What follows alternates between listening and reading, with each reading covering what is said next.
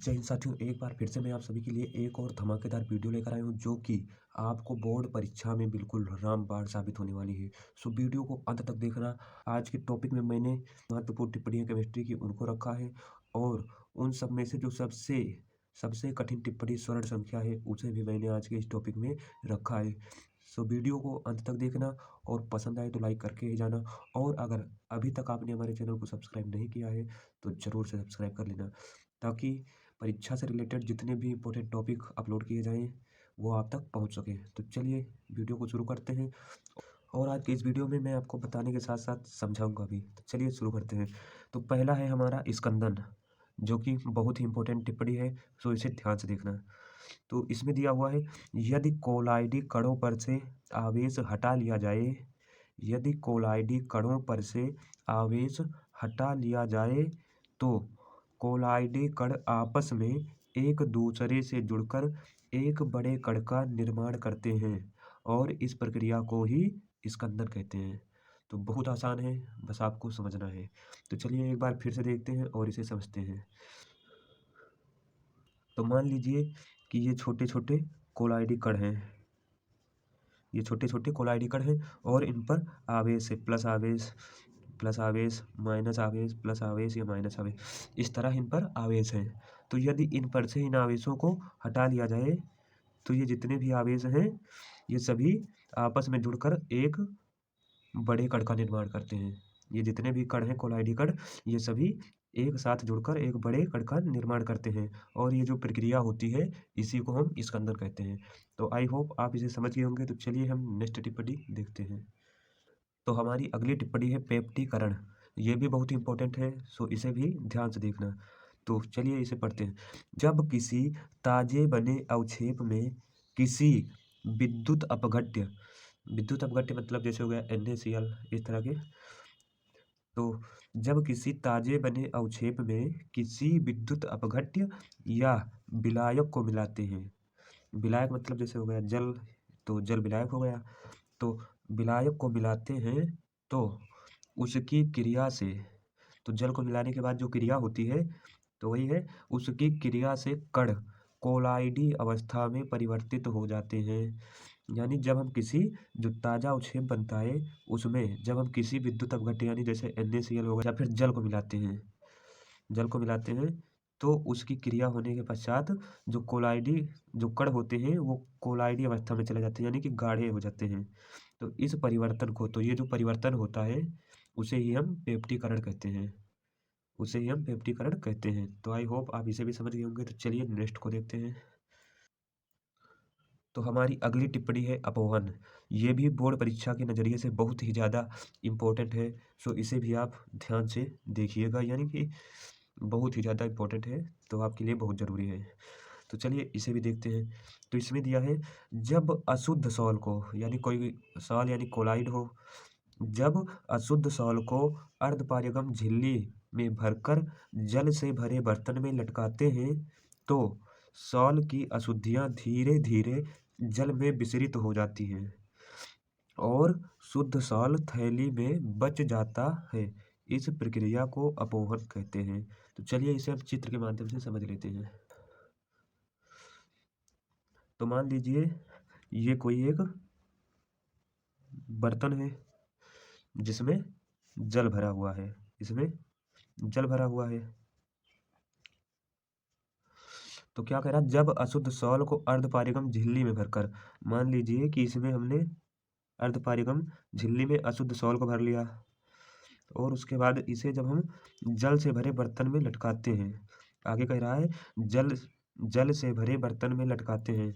तो जल से भरे जब इसे बर्तन में लटकाते हैं तो ये जो सॉल है इसमें जो अशुद्ध पदार्थ हैं वो विसरित हो जाते हैं, यानी अर्धपारगम झिल्ली द्वारा वो अशुद्ध जो होते हैं अशुद्धियाँ वो धीरे धीरे जल में विसरित हो जाती हैं और जो शुद्ध सॉल होता है वो इस झिल्ली में बच जाता है।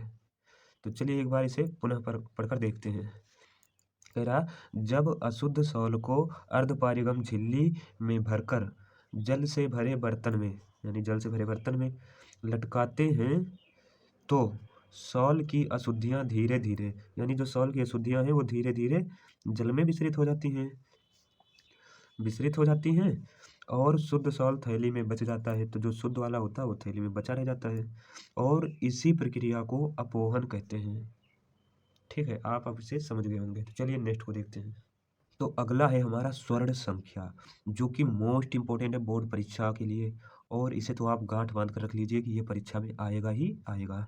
सो इसे प्लीज़ ध्यान से देखिएगा और अच्छे से समझिएगा, ताकि इस बार ये आपका डाउट क्लियर हो जाए और दोबारा आपको स्वर्ण संख्या की चिंता न रहे। तो चलिए इसे भी देख लेते हैं और बिल्कुल आसान भाषा में आपको इसे समझाते हैं। तो चलिए इसे भी देख लेते हैं।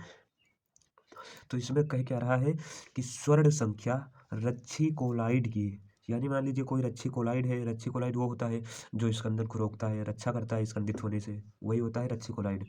तो स्वर्ण संख्या रच्छी कोलाइड की मिलीग्राम में वह मात्रा है जो 10 मिलीलीटर गोल्ड सॉल्ट में मिलाने पर 10% सांद्रता वाली 1 मिलीलीटर NaCl को मिलाने पर इनके होने वाले स्कंदन को रोक देती है।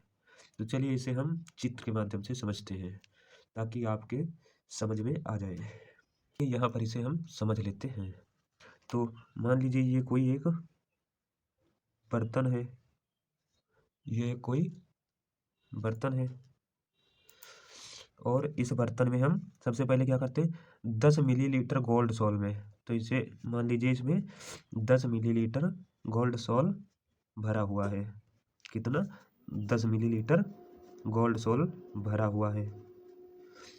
तो वही कह रहा है कि स्वर्ण संख्या रच्छी कोलाइड की मिलीग्राम में वह मात्रा है जो 10 मिलीलीटर गोल्ड सॉल्ट में मिलाने पर 10% सांद्रता वाली 1 मिलीलीटर NaCl को मिलाने पर इनके होने वाली स्कंदन को रोक देती है। तो चलिए इसे समझते हैं। मान लीजिए कि ये बर्तन में कोई 10 मिलीलीटर गोल्ड सॉल्ट है, और उसके बाद इसमें हम कोई 10% सांद्रता वाला NaCl 1 मिलीलीटर, यानी 10% सांद्रता वाला 1 मिलीलीटर NaCl इसमें हम डाल देते हैं। 10% सांद्रता वाला 1 मिलीलीटर NaCl इसमें हम मिला देते हैं। तो जैसे ही इसमें हम 10% सांद्रता वाला 1 मिलीलीटर NaCl मिलाते हैं, तुरंत इसमें स्कंदन शुरू हो जाता है। ये तुरंत जो कण हैं ये स्कंदित होने लगते हैं, यानी कि इसमें स्कंदन की प्रक्रिया शुरू हो जाती है। तो जैसे ही स्कंदन शुरू होता है, तभी हम इसमें जो रच्छी कोलाइड होता है उसकी कुछ मात्रा हम इसमें रच्छी कोलाइड की मिला देते हैं। और जब हम रच्छी कोलाइड की मिला देते हैं कुछ मात्रा इसमें, तो जो स्कंदन हो रहा होता है वह रुक जाता है। तो हमने जितनी मात्रा मिलाई है, जितनी मात्रा हमने इसमें स्कंदन को रोकने के लिए मिलाई है, वही मात्रा हमारी स्वर्ण संख्या कहलाती है। आई होप आप इसे भी समझ गए होंगे। चलिए एक बार फिर से देख लेते हैं। मान लीजिए कि 10 मिलीलीटर कोई गोल्ड सॉल्ट है, जिसमें हमने 10% सांद्रता वाला 1 मिलीलीटर NaCl मिला दिया, यानी कि 10 मिलीलीटर गोल्ड सॉल्ट में 1 मिलीलीटर NaCl मिलाया है, जो कि 10% सांद्रता वाला है। उसके बाद इसमें स्कंदन शुरू हो गया, और इस स्कंदन को रोकने के लिए हमने मान लीजिए कि 5 मिलीग्राम इसमें रच्छी कोलाइड मिला दिया, ताकि ये स्कंदन जो हो रहा है वो रुक जाए।